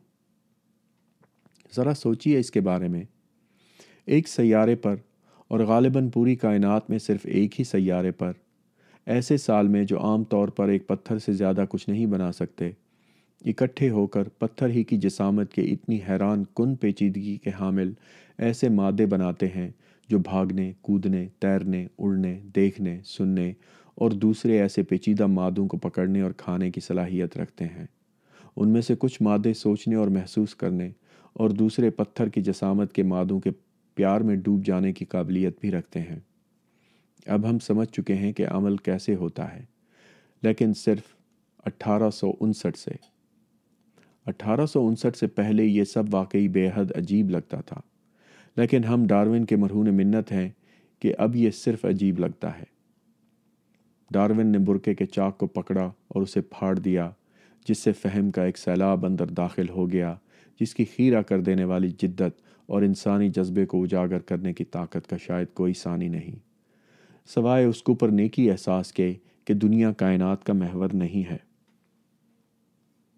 مجھے بتاؤ، 20ویں صدی کے مشہور فلسفی لڈوگ وٹکنسٹائن نے ایک بار ایک دوست سے پوچھا، بجائے یہ کہنے کے کہ زمین سورج کے گرد چکر کاٹ رہی ہے، لوگ ہمیشہ یہ کیوں کہتے ہیں کہ لوگوں کا یہ کہنا قدرتی تھا کہ سورج زمین کے گرد گھومتا ہے؟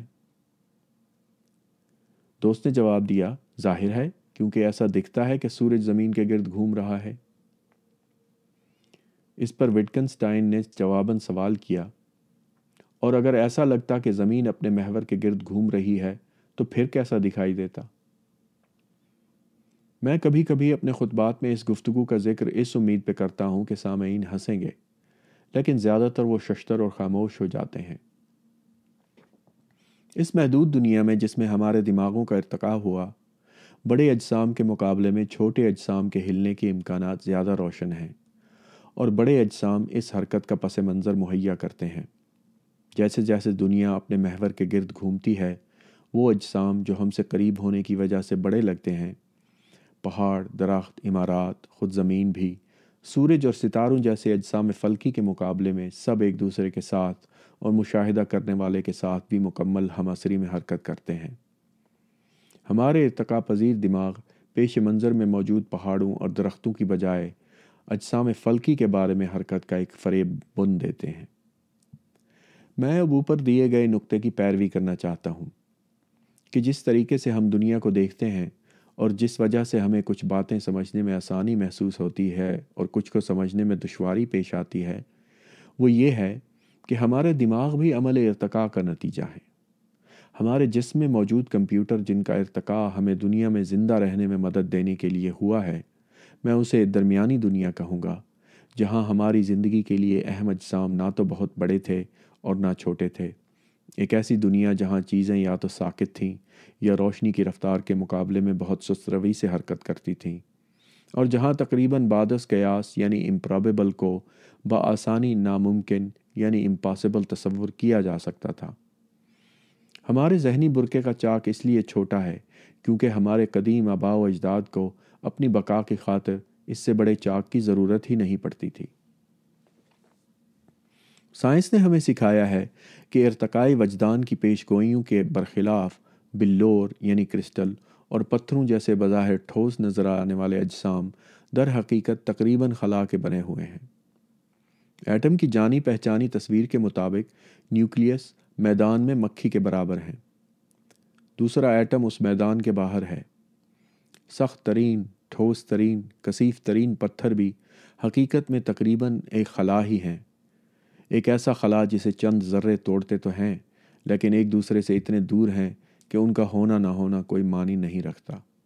تو پھر پتھر اس قدر سخت، ٹھوس اور غیر متداخل یا امپینیٹریبل کیوں لگتے ہیں؟ میں تصور بھی کرنے کی کوشش نہیں کروں گا کہ وٹکنسٹائن نے اس کا کیا جواب دیا ہوتا، لیکن ارتقائی حیاتیات کے ماہر کی حیثیت سے میں یہ جواب دوں گا۔ ہمارے دماغوں کا ارتقاء اس لیے ہوا تھا کہ وہ ہمارے جسموں کو دنیا میں اس پیمانے پر اپنا راستہ تلاش کرنے میں مدد کر سکیں جس پیمانے پر وہ جسم میں عمل کرتے ہیں۔ ہم نے ایٹم کی دنیا میں اپنا راستہ ڈھونڈنے کے لیے ارتقاء کیا ہی نہیں۔ اگر کیا ہوتا تو ہمارے دماغ پتھر کو خالی خلا سے بھرا ہوا ہونے کا ادراک کر ہی لیتے۔ پتھر ہمارے ہاتھوں کو سخت اور غیر متداخل لگتے ہیں کیونکہ ہمارے ہاتھ ان میں داخل نہیں ہو سکتے ہیں۔ داخل نہ ہو سکنے کا مادے کے ذرات کے حجم اور آپسی فاصلوں سے کوئی تعلق نہیں۔ اس کے برعکس داخل نہ ہو سکنے کا تعلق قوتوں کے ان قطعات یعنی فورس فیلڈ سے ہے جو ٹھوس مادے کے ان دور افتادہ ذروں سے منسلک ہیں۔ ہمارے دماغوں کو ٹھوس پن اور غیر متداخلیت جیسے تصورات تعمیر کرنے کا فائدہ حاصل ہوتا ہے، کیونکہ یہ تصورات ہمیں اپنے جسموں کو ایک ایسی دنیا میں راستے بنانے میں سہولت فراہم کرتا ہے جس میں اشیاء جنہیں ہم ٹھوس کہتے ہیں ایک دوسرے کے ساتھ ایک ہی خلا میں موجود نہیں ہو سکتے۔ اس موقع پر ایک مزاحیہ وقفہ لیا جائے۔ جان رونسن کی آدمی جو بکریوں کو تاڑتے ہیں The Men Who Stare at Goats نامی فلم سے اقتباس ہے۔ یہ ایک سچی کہانی ہے۔ 1983 کی گرمیاں ہیں۔ Major general Albert Stubblebine سوئم ارلنگٹن ورجینیا میں اپنی میز کے پیچھے بیٹھا ہے اور اپنی دیوار کو گھور رہا ہے جس پر اس کے بے شمار فوجی اعزاز آویزاں ہیں جو ایک طویل اور مایہ ناز زندگی کی کہانی سناتے ہیں۔ وہ ریاست ہائے متحدہ کے جاسوسی کے ادارے کا سربراہ ہے اور اس کے پاس 16,000 سپاہیوں کی فوج ہے۔ وہ اعزازات سے پرے دیوار کو دیکھتا ہے۔ اسے احساس ہے کہ اسے کچھ کرنا ہے، اگرچہ ایسا کرنے کا خیال بھی اسے خوفزدہ کر دیتا ہے۔ وہ اس انتخاب کے بارے میں سوچتا ہے جو اسے ابھی کرنا ہے۔ وہ اس دفتر میں رہ سکتا ہے یا برابر والے دفتر میں جا سکتا ہے۔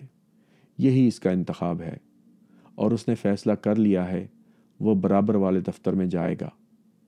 وہ کھڑا ہوتا ہے، میز کے پیچھے شروع کرتا ہے۔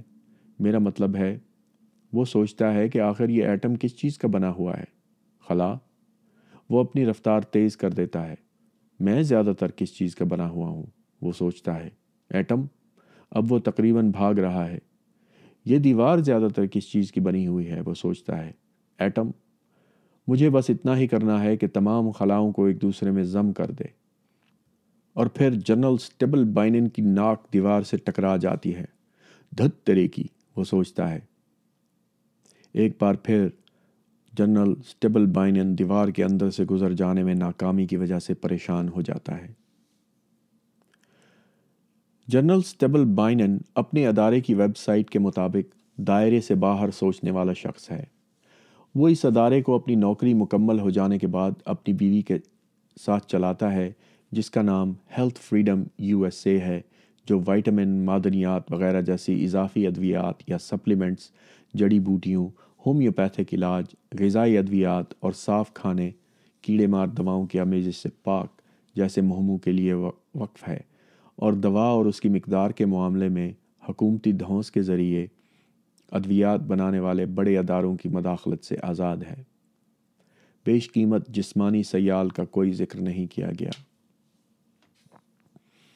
کیونکہ ہمارا ارتقاء درمیانی دنیا میں ہوا ہے، ہمیں بدیہی طور پر ایسے خیالات سمجھنے میں کوئی مشکل پیش نہیں آتی کہ جب ایک میجر جنرل اس رفتار سے حرکت کرتا ہے جس پر عام طور پر درمیانی دنیا کے میجر جنرل اور دیگر اجسام حرکت کرتے ہیں، اور درمیانی دنیا کے کسی ٹھوس جسم سے ٹکراتا ہے، تو اس کی ترقی بڑے تکلیف دہ انداز میں رک جاتی ہے۔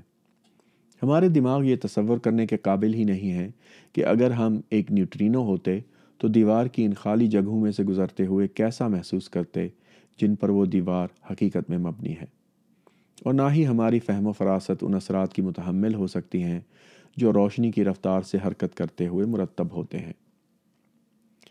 انسانی وجدان کسی بیرونی مدد سے آزاد ہیں جس کا ارتقاء درمیانی دنیا میں ہوا ہے۔ گلیلیو کے اس دعوے کا یقین کرنے میں بھی مشکل محسوس کرتے ہیں کہ اگر ہوا کا کھراؤ یعنی ایئر فرکشن مداخلت نہ کرے تو مینار سے پھینکا گیا توپ کا گولہ اور پرندے کا پر زمین پر ایک ہی وقت میں آن پہنچتے۔ اس کی وجہ یہ ہے کہ درمیانی دنیا میں ہوا کا ٹکراؤ ہر وقت موجود رہتا ہے۔ اگر ہمارا ارتقاء ہی خلا میں ہوا ہوتا تو ہم توقع رکھتے کہ گولہ اور پر ایک ہی وقت میں زمین پر پہنچیں گے، لیکن ہم درمیانی دنیا کے رہنے والے ہیں، اور یہ بات ہماری قوت تصور پر حدود قائم کرتی ہے۔ اگر ہم میں کوئی خاص قابلیت نہ ہو یا ہمیں کوئی انوکھی ہی قسم کی تعلیم نہ دی گئی ہو تو ہمارے برقعے کا تنگ چاک ہمیں صرف اتنی ہی اجازت دیتا ہے کہ ہم درمیانی دنیا کو دیکھ سکیں۔ ایک مخصوص زاویے سے ہم جانوروں کو نہ صرف درمیانی دنیا میں رہنا ہوتا ہے بلکہ ایٹم اور الیکٹران کی خردبین دنیا میں بھی رہنا پڑتا ہے۔ وہ اعصابی تحریکیں جن کی مدد سے ہم سوچتے ہیں یا تصور و تخیل کے گھوڑے دوڑاتے ہیں، خردبین دنیا میں ہونے والی سرگرمیوں کی مرہون منت ہے، لیکن ہمارے قدیم آباء و اجداد کی کوئی بھی حرکت یا کوئی بھی فیصلہ ان کی خردبین دنیا کی سمجھ پر منحصر نہیں رہا ہوگا۔ اگر ہم جرثومے یعنی بیکٹیریا ہوتے جو درجہ حرارت کے باعث ہونے والی سالموں کی حرکت یعنی براؤنین موشن کی وجہ سے ادھر ادھر دھکے کھاتے پھرتے تو صورتحال مختلف ہوتی، لیکن ہم درمیانی دنیا کے مکین اتنے جسیم ہیں کہ براؤنین حرکت کو محسوس ہی نہیں کر سکتے۔ اسی طرح ہماری زندگیاں کشش ثقل کے غلبے میں رہتی ہیں، لیکن سطحی کشیدگی یعنی سرفیس ٹینشن کی نازک طاقت کا ادراک نہیں کر سکتی۔ ایک چھوٹے سے مکوڑے کے لیے صورتحال بالکل الٹ ہوگی، اسے سطحی کشیدگی قطعی نازک نہیں لگے گی۔ تخلیق، زندگی اور اسے کیسے بنایا جائے، creation, life and how to make it میں اسٹیو گرینڈ نے مادے کے بارے میں ہمارے خبط کو شدید تنقید کا نشانہ بنایا ہے۔ ہم میں ایک رجحان پایا جاتا ہے کہ صرف وہ چیزیں حقیقت رکھتی ہیں جو ٹھوس اور مادی چیزیں ہیں۔ خلا میں برقی مقناطیسیت کے اتار چڑھاؤ کی لہریں ہمیں غیر حقیقی لگتی ہیں۔ وکٹورین دور کے مفکرین کا خیال تھا کہ لہروں کو لہر ہونے کے لیے ان کا کسی مواد میں موجود ہونا لازمی ہے۔ ایسے کسی مواد کے بارے میں کوئی معلومات موجود نہیں تھی، اس لیے انہوں نے ایک ایسا مواد ایجاد کر لیا اور اس کا نام ضیاء بخش صاف آسمان یا لومینیفرس ایتھر رکھ دیا۔ لیکن ہمیں اپنی فہم و فراست کو حقیقی مادے کے خیال سے تقویت حاصل ہوتی ہے، کیونکہ ہمارے آباء و اجداد کا ارتقاء درمیانی دنیا میں ہوا تھا، جہاں مادہ ایک فائدہ مند خیال ہے۔ دوسری طرف ایک عجیب صورت ہے کہ ہم درمیانی دنیا والے بھنور کو بھی پتھر جیسی ٹھوس حقیقت کی طرح ایک چیز کے طور پر دیکھتے ہیں، حالانکہ بھنور کے اندر موجود مادہ ہر لمحہ تبدیل ہو رہا ہوتا ہے۔ تنزانیہ کے صحرائی میدان میں ماسائی قبیلے کے مقدس آتش فشاں اول دونیو لینگائی کے سائے تلے 1969 کے پھٹنے کے واقعے کے نتیجے میں جمع ہونے والی راکھ کا ایک ڈھیر ہے۔ تند ہواؤں نے اس میں ایک شکل تراش دی ہے، لیکن خوبصورت بات یہ ہے کہ وہ جسمانی طور پر حرکت کرتے ہیں۔ تکنیکی زبان میں اسے باہکان کہتے ہیں۔ پورے کا پورا راکھ کا ڈھیر 17 میٹر فی سال کی رفتار سے ریگستان میں مغربی سمت میں سفر کر رہا ہے، اپنی ہلالی شکل برقرار رکھتے ہوئے۔ وہ ہلال کے کناروں کی سمت میں حرکت کرتا رہتا ہے۔ ہوا ریت کو ہلال کی باہری ہلکی ڈھلوان پر چڑھاتی ہے اور ریت کے ذرے نہج پر پہنچنے کے بعد کھڑی ڈھلوان کی طرف گرتے جاتے ہیں۔ حقیقتاً باہکان بھی ایک لہر کے مقابلے میں زیادہ چیز ہے۔ لہر کھلے سمندر میں افقی زاویے میں سفر کرتی ہے، لیکن اس کے اندر پانی کے سال میں عمودی زاویے میں حرکت کرتے ہیں۔ اسی طرح صوتی لہریں بھی سپیکر سے کان تک سفر کرتی ہیں، لیکن ہوا کے سال میں حرکت نہیں کرتے۔ وہ آندھی ہوگی، آواز نہیں۔ اسٹیو گرینڈ کہتا ہے کہ آپ اور میں مستقل چیزیں ہونے سے زیادہ لہریں ہیں۔ وہ اپنے قارئین کو ایک اپنے بچپن کے کسی تجربے کے بارے میں سوچنے کی دعوت دیتا ہے۔ کوئی واقعہ جو آپ کو اچھی طرح یاد ہو، جسے آپ دیکھ سکتے ہیں، محسوس کر سکتے ہیں، شاید سونگھ بھی سکتے ہیں، جیسے آپ اب بھی وہیں ہیں۔ آخر آپ اس وقت واقعی وہاں تھے یا نہیں، ورنہ آپ کو یہ سب کچھ کیسے یاد رہتا؟ لیکن اصل دھماکہ اب ہوگا۔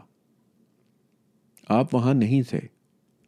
آپ کے جسم میں اس وقت موجود کوئی ایک بھی ایٹم اس واقعے کے وقت موجود نہیں تھا۔ مادہ ایک جگہ سے دوسری جگہ انتقال کرتا رہتا ہے اور وقتی طور پر آپ بننے کے لیے ایک جگہ تھم جاتا ہے۔ لہٰذا آپ جو کچھ بھی ہیں وہ مادہ نہیں ہیں جس سے آپ تعمیر ہوئے ہیں۔ اگر یہ جملہ پڑھ کر آپ کے رونگٹے کھڑے نہیں ہوئے تو اسے دوبارہ پڑھیے اور اس وقت تک پڑھیے جب تک آپ کے رونگٹے کھڑے نہ ہو جائیں، کیونکہ یہ بات آپ کے لیے بہت اہم ہے۔ حقیقتاً ایک ایسا لفظ نہیں ہے جسے سادہ خود اعتمادی سے استعمال کیا جانا چاہیے۔ اگر نیوٹرینو کا ایسا دماغ ہوتا جو اس کے آباء و اجداد کے ارتقاء کا نتیجہ ہوتا، تو وہ یہی کہتا کہ پتھر واقعی خلا پر ہی مشتمل ہوتے ہیں۔ ہمارے پاس ایسے دماغ ہیں جو درمیانی جسامت کے ایسے آباء و اجداد کے ارتقاء کا نتیجہ ہیں جو پتھروں کے بیچ سے نہیں گزر سکتے تھے۔ لہٰذا ہمارا حقیقتاً ایک ایسا حقیقتاً ہے جس میں پتھر ٹھوس ہوتے ہیں۔ جانور کے لیے حقیقتاً وہ ہے جس کی اس کے دماغ کو اس کی بقا اور افزائش کے لیے ضرورت ہے۔ اور چونکہ مختلف اجناس مختلف دنیاؤں میں رہ رہی ہیں، اس لیے حقیقتوں کے کئی اقسام موجود ہیں۔ ہم حقیقی دنیا کو جس طرح دیکھتے ہیں وہ بے روغن حقیقی دنیا نہیں، بلکہ اس کا ایک زاویہ ہے جس کا قاعدہ ہمارے حواس مرتب کرتے ہیں۔ ایک زاویہ جو تعمیر ہی اس مقصد کے لیے کیا جاتا ہے تاکہ وہ ہمیں اصلی دنیا سے نمٹنے میں مدد دے سکے۔ اس زاویے کی حیثیت کا انحصار اس بات پر ہے کہ ہم کس قسم کے جانور ہیں۔ اڑنے والے جانور کو چلنے والے، تیرنے والے یا چڑھنے والے جانور سے مختلف زاویے کی ضرورت ہے۔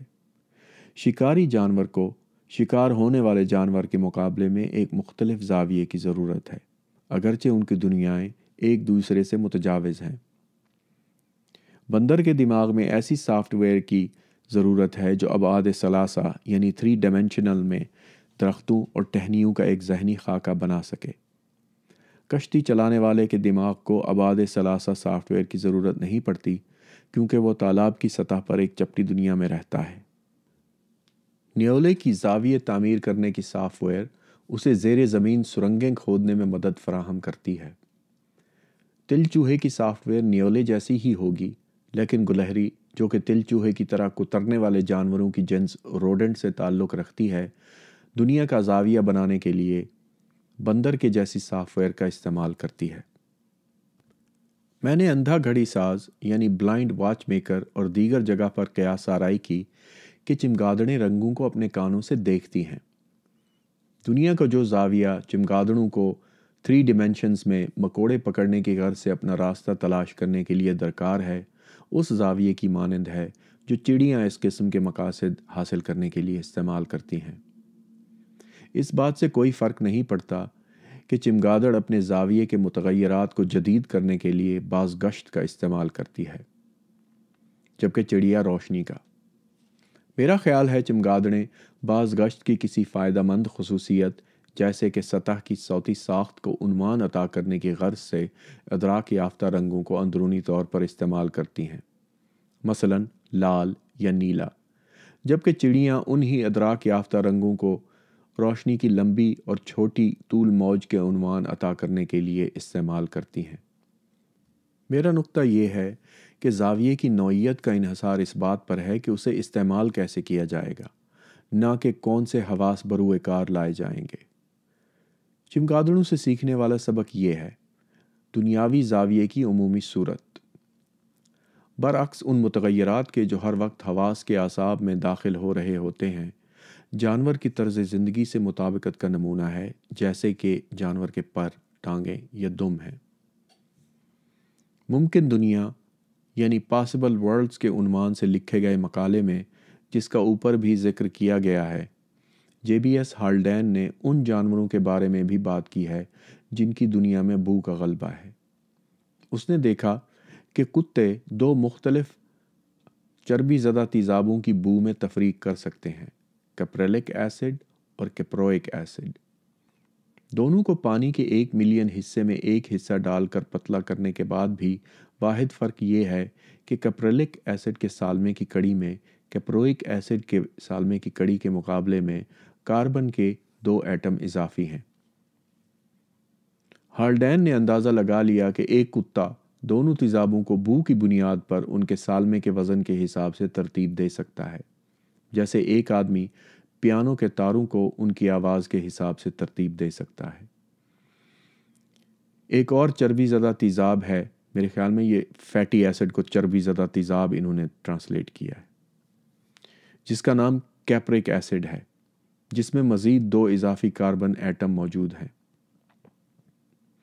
ایک ایسے کتے کو جسے پہلے کبھی کیپرک ایسڈ کا سامنا نہیں ہوا، اس کی بو کا تصور کرنے میں کوئی دشواری نہیں ہوگی، جیسے ہمیں باجے کو ایک سر اوپر بجتا ہوا تصور کرنے میں دشواری نہیں ہوگی۔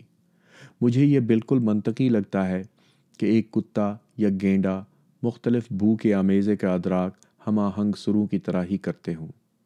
شاید کہیں بے ہنگمی بھی ہوتی ہو، لیکن شاید مکمل راگ ہی ممکن نہ ہوں، کیونکہ راگ سروں کے ایک دم اور صحیح لمحوں پر بجنے یا خاموش ہو جانے سے بنتے ہیں، جبکہ مختلف بو کے ساتھ ایسا نہیں کیا جا سکتا۔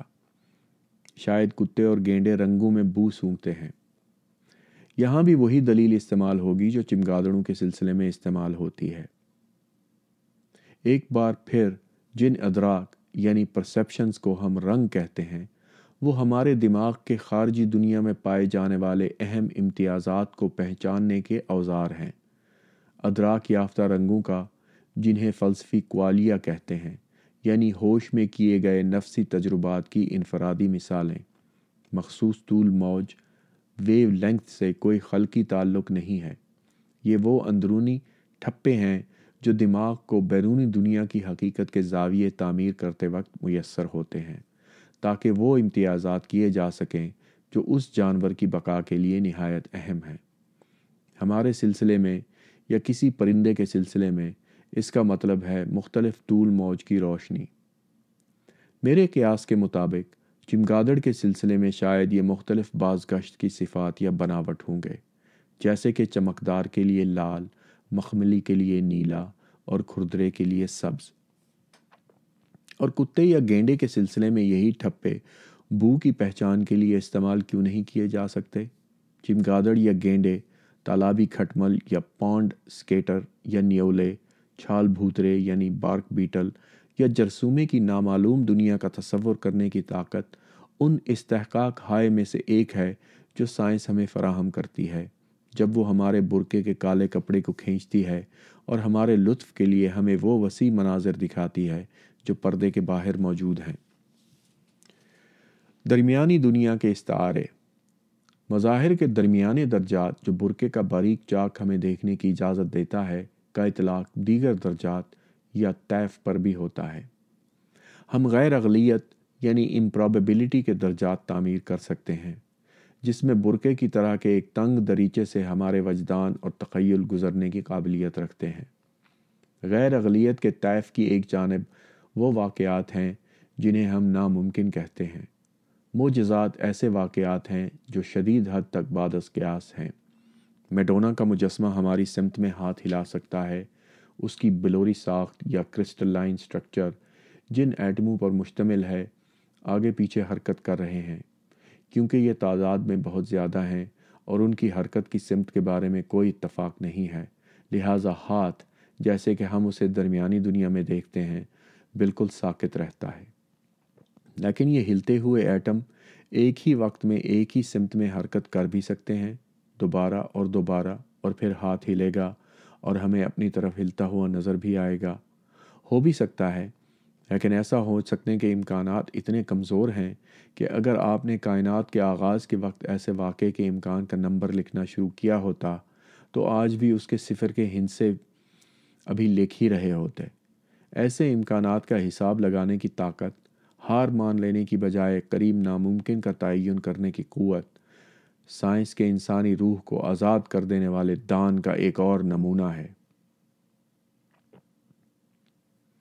درمیانی دنیا میں ارتقاء کی وجہ سے ہم صحیح طریقے سے قریب ناممکن واقعات سے نمٹنے کی قابلیت نہیں رکھتے، لیکن کائناتی خلا کی گہرائیوں یا ارضیاتی وقت یعنی جیولوجیکل ٹائم میں درمیانی دنیا میں ناممکن لگنے والے واقعات ناگزیر نظر آنے لگتے ہیں۔ ہم جس دریچے سے ممکنات کے طیف کو دیکھنے کے عادی ہیں، سائنس اس دریچے کے پٹ کھول سکتی ہے۔ حساب اور استدلال ہمیں امکانات کی ان گہرائیوں تک جانے کی آزادی بخشتے ہیں جو کبھی وہم کی حدود سے باہر تھے یا جن میں مافوق الفطرت بلائیں بستی تھیں۔ ہم نے دریچے کے اس طور کھل جانے کا ذکر باب 4 میں بھی کیا تھا، جہاں ہم نے زندگی کے آغاز کے عدم احتمال پر بھی غور کیا اور کیسے اگر خاطر خواہ سیارتی وقت مہیا کر دیا جائے تو ایک تقریباً ناممکن کیمیائی واقعہ بھی ناگزیر ہو جاتا ہے۔ اور جہاں ہم نے ممکنہ کائناتوں کے طیف کا جائزہ بھی لیا، جس میں ہر کائنات کے اپنے قوانین اور مستقل اعداد ہیں، اور اپنے آپ کو زندگی کے موافق اقلیتی کائناتوں میں سے کسی ایک میں پانے کی بشریاتی ضرورت کا ذکر بھی کیا۔ ہم ہالڈین کی ہمارے تصور سے بھی زیادہ عجیب کی تشریح کیسے کریں؟ اس سے بھی زیادہ عجیب جس کا اصولی طور پر تصور کیا جا سکتا ہے، یا ہمارے دماغوں کے درمیانی دنیا میں ارتقاء کی حدود کی بنیاد پر صرف ہمارے تصور سے زیادہ عجیب؟